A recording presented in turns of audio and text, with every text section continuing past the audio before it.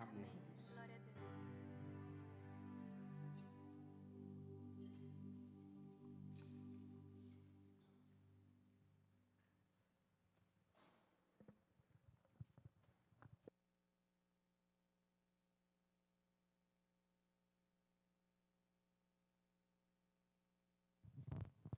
Meus irmãos, que a graça e a paz seja com todos. Amém? Convido você a estar abrindo a sua Bíblia, meu amado, em Gênesis capítulo 4. E que esta seja a oração contínua da Igreja de Cristo. Convidar o Santo Espírito a se fazer presente em nós, se fazer presente em nosso meio, que o Espírito Santo, ele venha agir com abundância e com total controle sobre a vida de cada um de nós. Que a igreja ela se una em uma só voz neste clamor, em súplica pela presença de Deus, pela glória de Deus aqui neste lugar. Gênesis capítulo 4. Estaremos lendo do versículo 1 ao versículo 7. Coabitou o homem com Eva, sua mulher.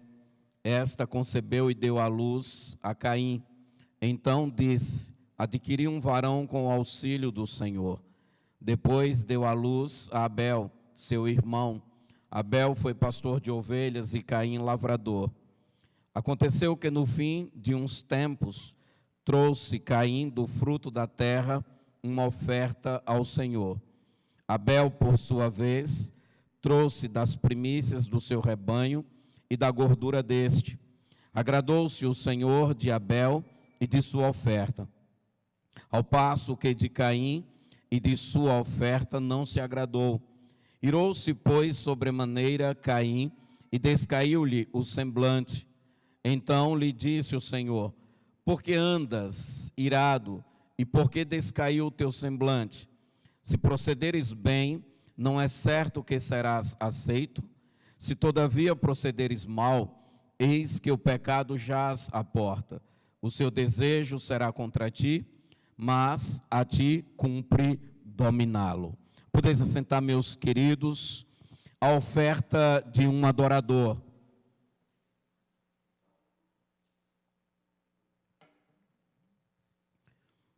Meus irmãos, disse Shakespeare o seguinte: o mundo todo é um palco e homens e mulheres não mais que meros atores. Entram e saem de cena e ao longo de sua existência podem desempenhar vários papéis. Na verdade, esta é a realidade.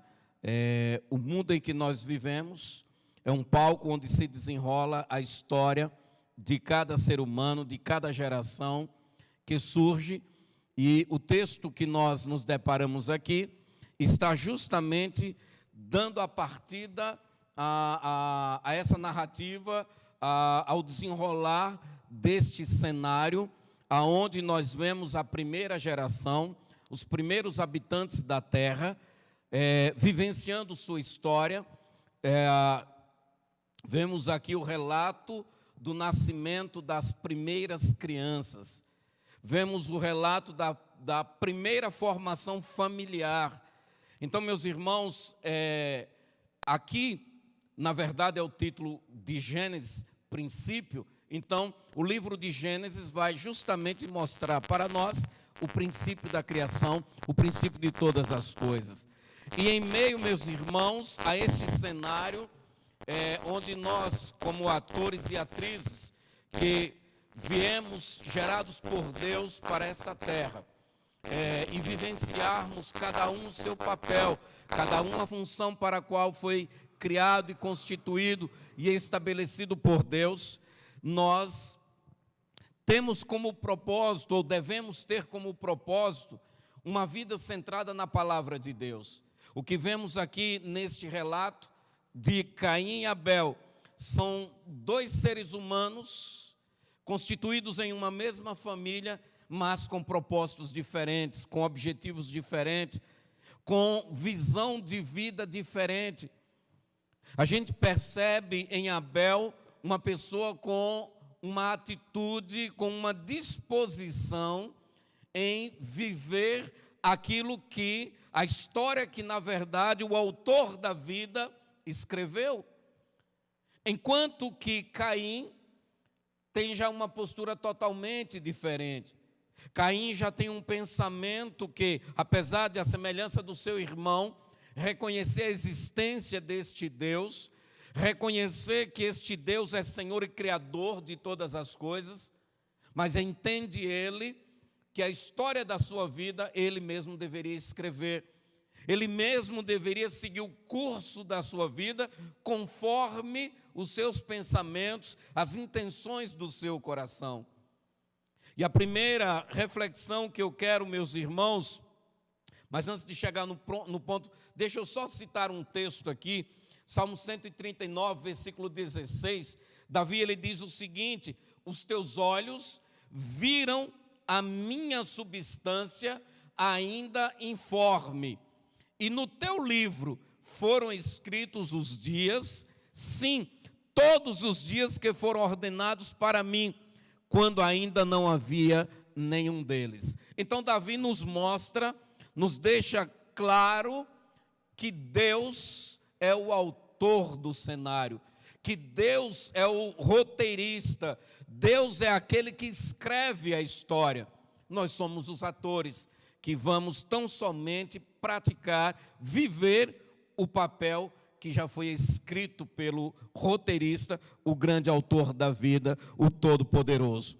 E então, meus irmãos, pensando sobre a vida desses dois rapazes, desses dois jovens, pensando sobre o que o texto nos traz, que aponta justamente aqui para a centralidade do nosso coração, eu quero trazer para a nossa reflexão o primeiro ponto: como temos nós nos apresentado diante de Deus, como adoradores de um Deus que é autor da criação, autor da vida, como eu e você temos nos apresentado diante dele. Estamos agora, por exemplo, reunidos em culto. Este culto tem como motivação prestar adoração a Deus. E a primeira reflexão nossa é: como eu vim trazer a minha adoração ao Senhor? Como eu me encontro, como eu vim me apresentar diante de Deus para adorá-lo? Isso, meus queridos, devemos pensar. Disse o Senhor a Caim aqui no versículo 7: se todavia procederes mal, eis que o pecado jaz à porta. O que percebemos, queridos, Deus apontando a Caim a centralidade do seu coração. Deus estava suscitando em Caim uma reflexão interior, uma autorreflexão, uma autoavaliação, o procedimento, a atitude, a postura de caráter, de conduta. Era o que Deus então estava suscitando, meus queridos, na vida de Caim.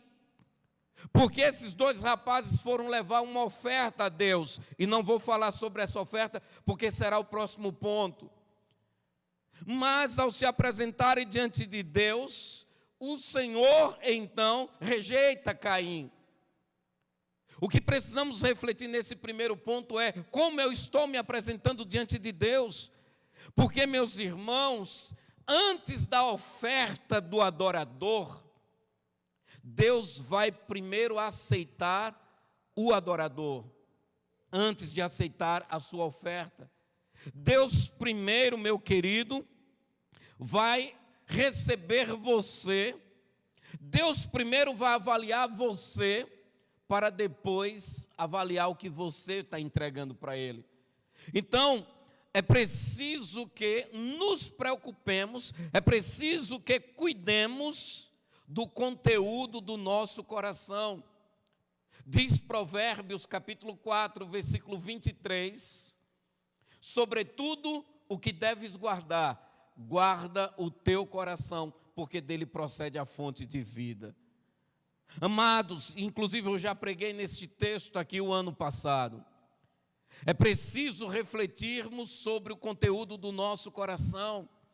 É preciso pensarmos no que estamos armazenando dentro de nós. É preciso avaliarmos o que temos cultivado dentro do nosso interior. Por sinal, Caim era lavrador. Caim era um homem que trabalhava com a terra. Era um homem que lidava com a terra. E então sabia o que era cultivar uma planta. Sabia o que era cuidar de uma planta. Sabia de todo o procedimento que ele precisava ter com, por exemplo, as plantas frutíferas, para que elas viessem a produzir mais e mais frutos ainda. Ele sabia muito bem o que se devia, todos os cuidados que se devia dispensar sobre estas plantas. Então, ele cuidava das plantas, mas estava desprezando a principal terra, a principal árvore, a sua vida. Ele estava desprezando a principal terra, o seu coração. Ele estava vendo a terra produzir frutos saudáveis, frutos lindos, mas o seu coração produzindo frutos danosos. E isto não suscitou em Caim nenhuma preocupação e nenhum cuidado. Meus queridos, Deus, Ele leva em conta tudo aquilo que nós fazemos. Deus leva em conta tudo aquilo que nós sentimos, a motivação com a qual eu faço as coisas. Diz Romanos capítulo 8, versículo 27, e aquele que esquadrinha os corações, sabe qual é a intenção do Espírito, que ele, segundo a vontade de Deus, intercede pelos santos. Ainda em Mateus 9, versículo 4, Jesus declara o seguinte: mas Jesus, conhecendo-lhes os pensamentos, disse: por que pensais o mal em vossos corações? Ainda, meus irmãos, no Salmo 139, texto já citado agora há pouco, o versículo 1 ao versículo 4, o salmista diz: Senhor, Tu me sondas e me conheces, Tu conheces o meu sentar e o meu levantar, de longe entendes os meus pensamentos, esquadrinhas o meu andar e o meu deitar, e conhece todos os meus caminhos, sem que haja uma palavra na minha língua. Eis que o Senhor tudo conheces. Deus tem, meus irmãos, o total conhecimento de cada um de nós. Deus, somente Deus, consegue penetrar no mais íntimo de cada pessoa.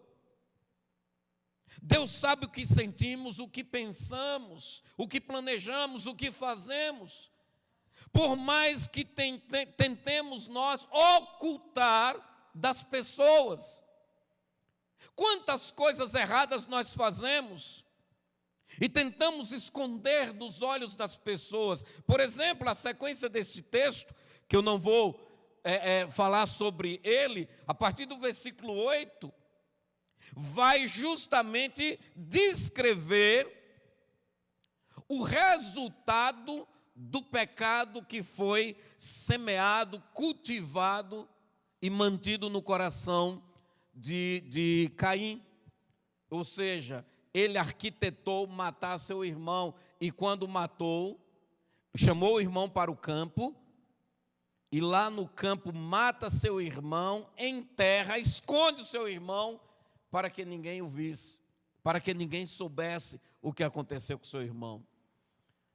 Essa é a atitude do ser humano, essa é a atitude de um coração mau, de um coração pecaminoso. Quando se pratica o pecado, se faz as ocultas, porque eu não quero que as pessoas vejam o que eu estou fazendo. Mas, meus irmãos, o que nos adianta nos escondermos dos homens? O que nos adianta escondermos dos olhos das pessoas? Se Deus, que somente Ele tem o poder de lançar a nossa alma no inferno, está vendo tudo. Então é em vão tentarmos nos esconder dos homens, porque nenhum homem vai nos dar a salvação ou a condenação. Mas Deus sim, somente Deus tem o poder de nos dar a vida eterna ou a condenação eterna. Somente está na mão de Deus esta decisão. Somente o Senhor tem essa decisão, então é a Ele que temos que temer. É com Deus que eu tenho que me preocupar com o que eu tenho cultivado no meu interior. Porque vocês talvez não saibam, e com certeza não sabem, o que eu penso, o que eu sinto. Com certeza os irmãos não sabem de tudo que eu faço. Há muitas coisas minhas que estão ocultas aos olhos de vocês. E aí eu não, se a igreja não tem como saber, tudo bem, está tudo tranquilo. Mas o que adianta? O que adianta vocês não saberem o que eu faço, mas quando eu chego aqui, aquele que me pôs aqui neste lugar, sabe de cada pensamento que aqui está, de cada sentimento que está plantado aqui dentro. Se a cada segundo eu estou sendo avaliado por Ele, pelo que penso ou que eu sinto. Então, queridos, nós precisamos nos preocupar com isso, precisamos ter preocupação com o que sentimos, com o conteúdo que há dentro de nós. Davi, quando escreveu o Salmo 51, Salmo, por exemplo, ou por sinal de confissão dos seus pecados, os salmos que descreve o seu arrependimento pelo pecado que ele havia praticado, ele nos diz lá no versículo 16 e 17, aliás, versículo 17, que o sacrifício aceitável a Deus é o espírito quebrantado. A um espírito ou a um coração quebrantado e contrito não desprezará o Senhor. Então, meus irmãos, Davi está nos mostrando a respeito da sinceridade de coração, da integridade de coração. E nisso, amados, é com isto que temos que nos preocuparmos.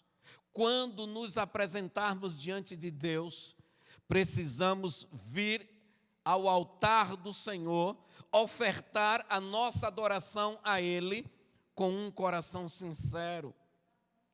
Há muitos de nós que cultuamos, meus irmãos, que nos preocupamos apenas com a forma com a qual nós cultuamos.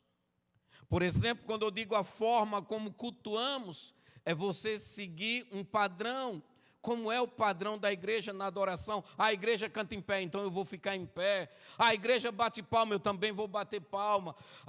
Os irmãos se vestem desta maneira, eu vou me vestir igual. Eu procuro me ajustar ao ambiente onde eu estou inserido. E esse ajustamento, ou esse aperfeiçoamento ao ambiente onde você está inserido, entendemos nós que isto é um culto que está sendo prestado ao Senhor.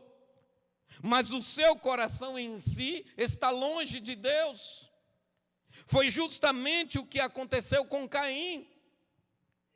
Deus, desde que Adão pecou, Deus sacrificou um animal e instruiu Adão que a partir dali, os sacrifícios agora seria a forma dele confessar seus pecados e alcançar a graça de Deus.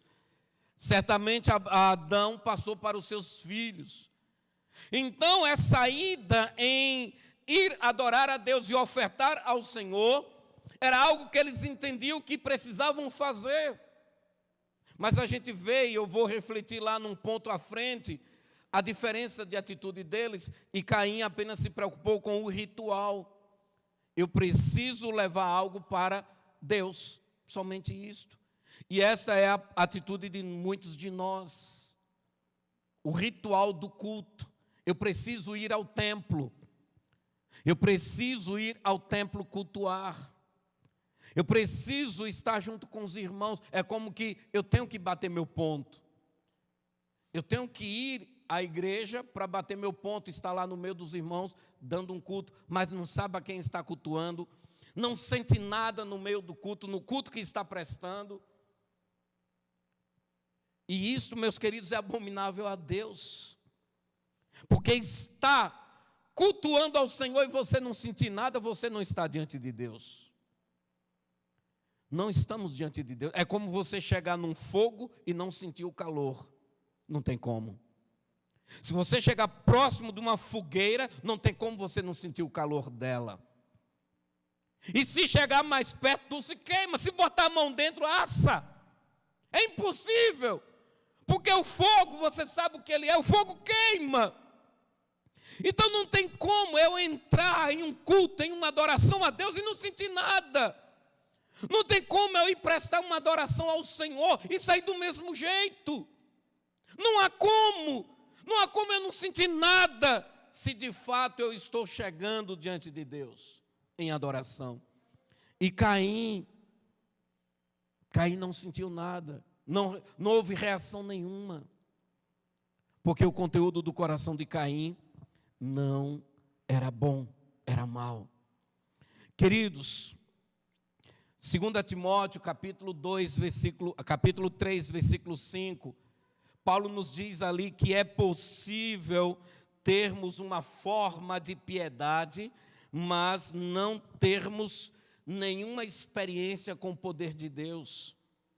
É possível você estar no meio da igreja, é possível você estar no meio dos salvos, é possível você viver no meio dos cristãos, mas não experimentar da graça, do poder e da presença de Deus. É possível, meus irmãos. Paulo nos diz isso, e até ele alerta Timóteo: tenha cuidado com estes, tenha cuidado. Paulo não só cita a possibilidade, como adverte a Timóteo enquanto pastor da igreja: tenha cuidado com estes, se preocupe com estes. E não é um cuidado de cuidar deles, é de estar alerta, atento, o que essas pessoas podem fazer contra ele. Então, queridos, é preciso nos aproximarmos de Deus com coração íntegro. Jesus nos fala em Mateus 15:8, citando Isaías 29, versículo 13, ele diz o seguinte: este povo se aproxima de mim, e com a sua boca e com os seus lábios me honram, mas o seu coração está longe de mim. Amados, se o nosso coração não estiver preenchido pela presença de Deus, nós não cultuaremos a Ele, não daremos culto a Ele, porque a adoração só existe naquele que experimentou regeneração. Só conseguirá adorar a Deus aquele que experimentou de uma conversão, de um arrependimento, de uma lavagem pelo sangue de Jesus. Somente um coração regenerado é capaz de prestar adoração a Deus. E Caim não prestou adoração ao Senhor. Segundo, precisamos, meus queridos, além de nos preocupar como estamos nos apresentando diante de Deus, precisamos também estar atentos ao que temos ofertado para o Senhor. Eu não devo apenas me preocupar a maneira como eu venho à presença de Deus, mas eu tenho também que cuidar com o que eu trago para ofertar ao Senhor. Isto foi estabelecido e instituído por Deus desde o princípio, principalmente quando foi estabelecido o culto judaico, já lá em Moisés, na lei mosaica,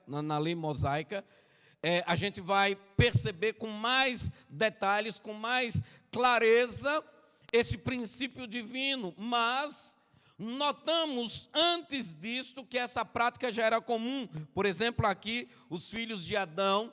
Vamos ver na sequência, por exemplo, Abraão, quando entrou na terra prometida, quando Deus falou com Abraão, aonde Deus falava com Abraão, Abraão erguia um altar.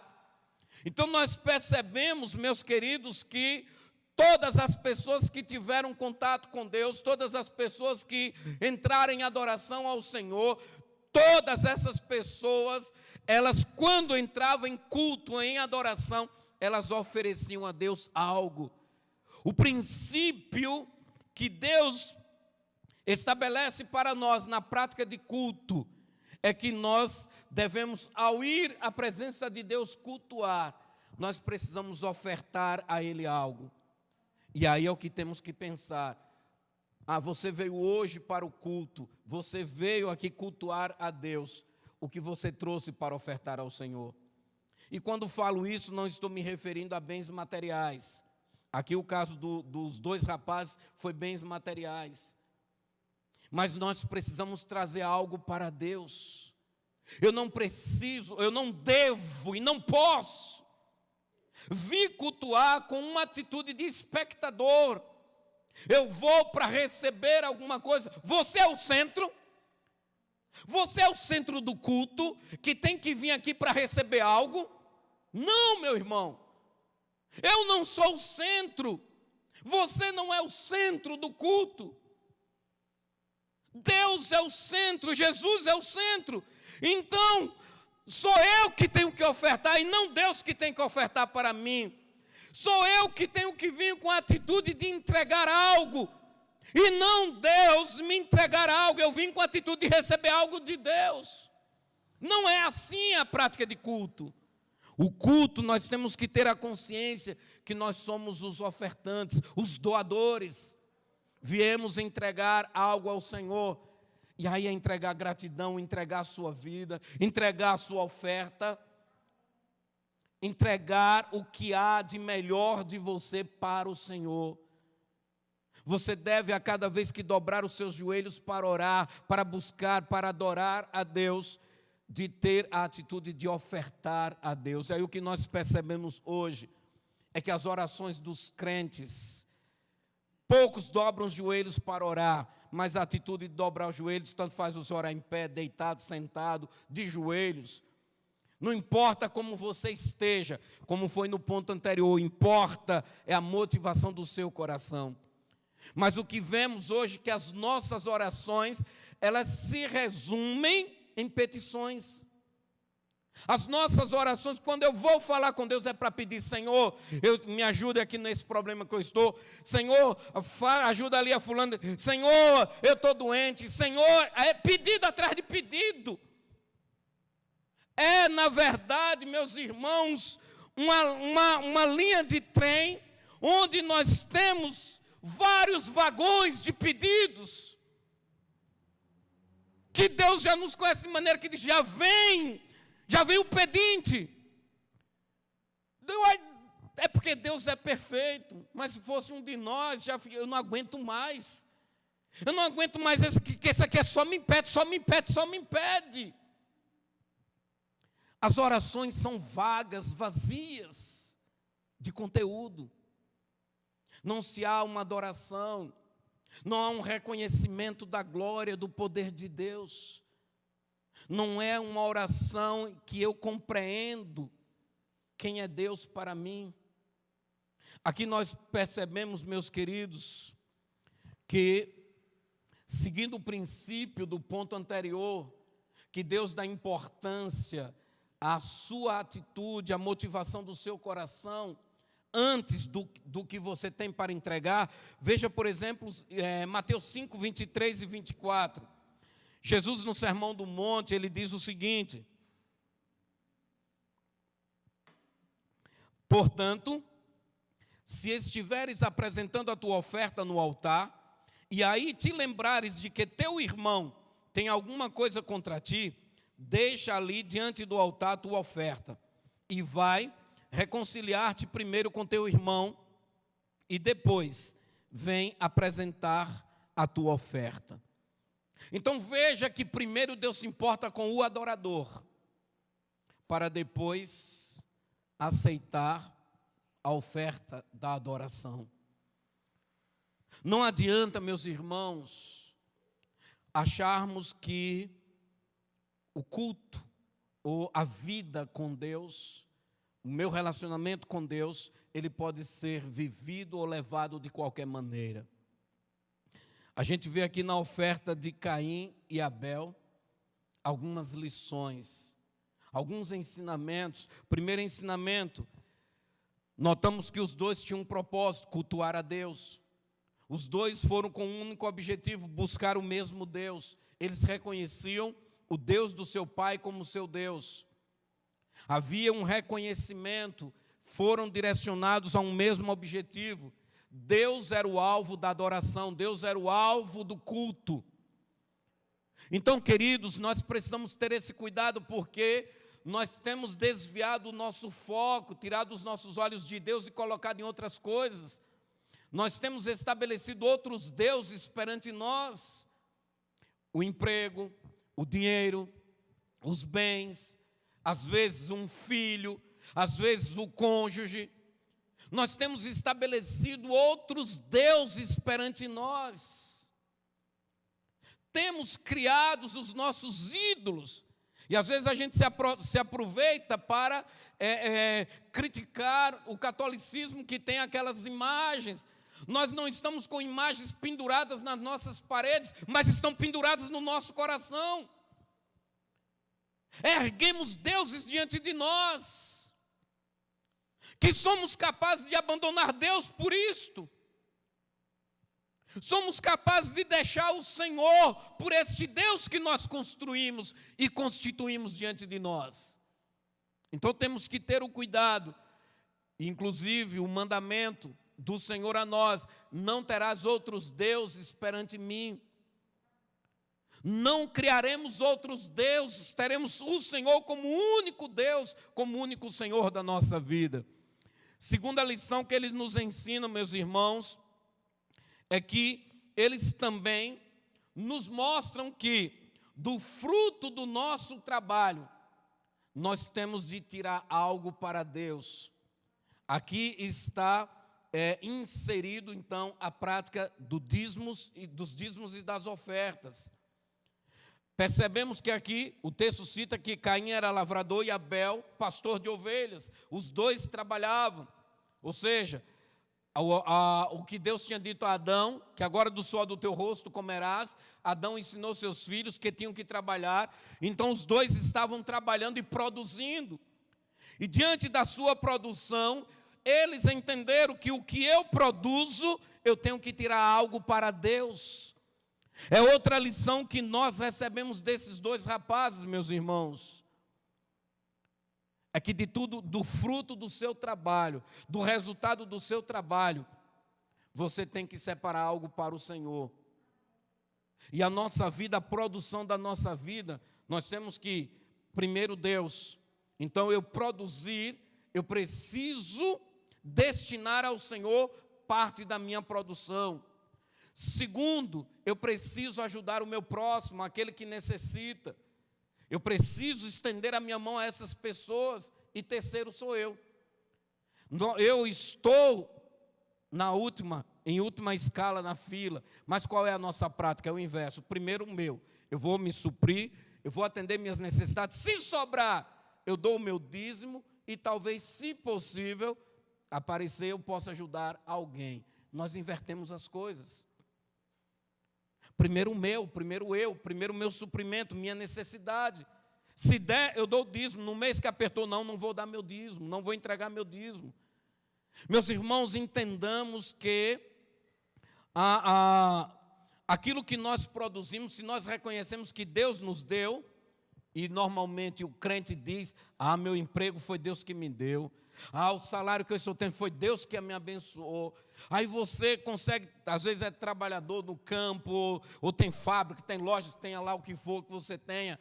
Aí você consegue produzir, Deus está me abençoando, aleluia, que você está reconhecendo que Deus está fazendo. Agora a pergunta é: e você tem feito a sua parte para com Ele? Você tem tirado do que Ele está lhe dando, você tem tirado o dele? É aí onde nós pecamos, é aí onde nós falhamos, porque nós não tiramos o que é dele, nós não separamos o que é de Deus. Meus irmãos, aqui eles vão nos ensinar, Abel vai nos ensinar isto, a lei das primícias. E quando eu estava preparando essa mensagem, então eu fui pesquisar sobre a lei das primícias que foi instituída a Moisés para passar aos judeus. A lei das primícias, Deus havia determinado o seguinte, que, por exemplo, o primeiro fruto do ventre, seja da mulher ou dos animais, é do Senhor, deve ser entregue ao Senhor, era entregue aos sacerdotes. Os primeiros frutos da terra, o que você plantar e colher, a primeira colheita, o primeiro fruto que você colher, entrega aos sacerdotes. Deus exigia a primeira colheita, o primeiro fruto. A tua renda, da tua renda, o primeiro que você tirar é do Senhor. E eu quero confessar a vocês, meus irmãos, porque eu confessei ontem ao Senhor, era um ponto que eu não vinha observando na minha vida. Sempre fui um dizimista fiel, mas nunca cuidei desse princípio. Nunca me preocupei com esse princípio, a primazia. E ontem, quando estava preparando, essa mensagem falou primeiro comigo, o meu pecado. E eu pedi perdão ao Senhor, confessei ao Senhor, e pedi a Deus que me perdoasse pela minha falta de observação, da minha renda. A primeira coisa, antes de pagar qualquer dívida, o primeiro valor que eu tenho que tirar do meu salário é o do Senhor, não é o meu. E o que eu vinha fazendo era, começava a pagar minhas contas, quando chegava no final de semana, eu ia no banco e sacava o dinheiro para trazer o dízimo. Ou seja, eu venho entregar meu dízimo, por exemplo, vou entregar hoje. Nós já estamos praticamente no meio do mês. Então, veja o princípio errado. Eu já paguei minhas contas. Olha quando eu estou trazendo o meu dízimo. Bem depois. Onde está a lei da primícia? A primazia do Senhor. Esta lei, meus irmãos, Deus instituiu por uma coisa. Não é porque o primeiro dinheiro, o primeiro fruto que você vai dar vai ser melhor, vai ser mais rico para Deus do que agora, por exemplo, esse salário aqui, eu estou dando esse dízimo agora no meio do mês, então vai valer menos para Deus do que se eu desse no comecinho do mês, fosse o primeiro valor a tirar. Não importa, não faz diferença nenhuma. A diferença que faz é a atitude. Quando praticamos a lei da primícia, eu estou declarando com isso uma coisa: Deus é para mim mais importante do que qualquer outra coisa. Eu quero honrar primeiro o meu Senhor do que suprir as minhas necessidades. Então, quando Deus exigiu, Deus instituiu a lei da primícia, foi com um fim, meus queridos, de ensinar os judeus que deviam distinguir no seu coração o Senhor, deveria colocar no seu coração Deus como o primeiro. Este é o princípio da lei da primícia. Deus é o primeiro na minha vida. Antes dele não há ninguém. Então, em tudo que eu faço, eu viso primeiro agradar a Deus. Eu viso primeiro satisfazer o meu Senhor. Provérbios capítulo 3, versículo 9 e 10. O sábio, ele nos diz o seguinte: honra ao Senhor com os teus bens e com as primícias de toda a tua renda. Assim se encherão de fartura os teus celeiros e transbordarão de mosto os teus lagares. Aqui está a lei. Aqui está o princípio: honre ao Senhor, honre Deus primeiro, dê a Deus a honra devida, e os teus celeiros se encherão, os teus lagares serão fartos, os teus celeiros estarão fartos, transbordantes. Infelizmente, meus irmãos, a vida financeira, o dinheiro, é o maior problema de todo crente e de todo ser humano. Não é à toa que é o assunto que nós vamos encontrar mais versículos bíblicos. É sobre dinheiro. Na Bíblia tem mais de 2.000 versículos falando a respeito de dinheiro. O tema, é o assunto mais tratado na Bíblia. Porque é o nosso ponto de fraqueza. É o nosso ponto de fraqueza. O que temos de crente tentando administrar seu dízimo, o que temos de crente roubando Deus que não entrega seu dízimo, não dá sua oferta, não está no gibi. A realidade aqui é a nossa. É a nossa realidade. Quantas vezes os irmãos ouvem os relatórios dos tesoureiros? Crentes que trabalham, crentes que recebem, mas chegam no dia do seu recebimento, não separam do Senhor, é seu. Simplesmente estamos roubando Deus, meus irmãos. Estamos tirando o que não, pegando no que não é nosso, é do Senhor. E aí eu ainda vou orar, pedindo que Deus me abençoe, pedindo que Deus me dê mais. Deus não vai lhe dar, meu irmão. Se você está sendo infiel no pouco, como Deus vai lhe colocar no muito. Mas por incrível que pareça, a igreja de Cristo, em toda a sua história, ao longo dessa história, ela sempre foi sustentada pelos pobres. Os pobres são os mais fiéis. Aquele que ganha um pouquinho, por exemplo, hoje os do salário mínimo. Muito embora que hoje tenha uma realidade também de muitos dizimistas de salários mínimos que não estão sendo fiéis. Mas a gente precisa refletir sobre a nossa postura. Se eu quero cultuar o que eu tenho a ofertar ao Senhor, eu tenho que ofertar o espiritual, mas eu preciso ofertar o material. Eu preciso entregar no altar também daquilo que Deus tem me dado. Temos de honrar o Senhor. Por fim, meus irmãos, além de cuidarmos do nosso coração e daquilo que nós trazemos à presença de Deus, ao nos apresentar diante do Senhor no seu altar, nós precisamos então, Deus precisa encontrar em nós fé no nosso coração. E este foi o diferencial na vida de Caim e Abel. Foi justamente este o ponto que causou a linha divisória entre os dois. Foi justamente este ponto, a ausência de fé no coração de Caim e presente no coração de Abel, que fez com que Deus aceitasse Abel e rejeitasse Caim. Perceba que o texto diz: agradou-se o Senhor de Abel, mas rejeitou ou desprezou a Caim. Deus, antes de aceitar a oferta, aceitou o doador. O texto aqui diz o seguinte, versículo 4: por sua vez trouxe das primícias do rebanho e da gordura, Abel trouxe. Agradou-se o Senhor de Abel e da sua oferta, ao passo que de Caim e de sua oferta não se agradou. Então veja que primeiro a avaliação, a análise de Deus foi sobre o adorador. Deus aceitou um adorador e rejeitou o outro.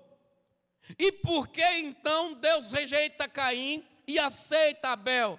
A resposta é simples. Hebreus capítulo 11, versículo 4.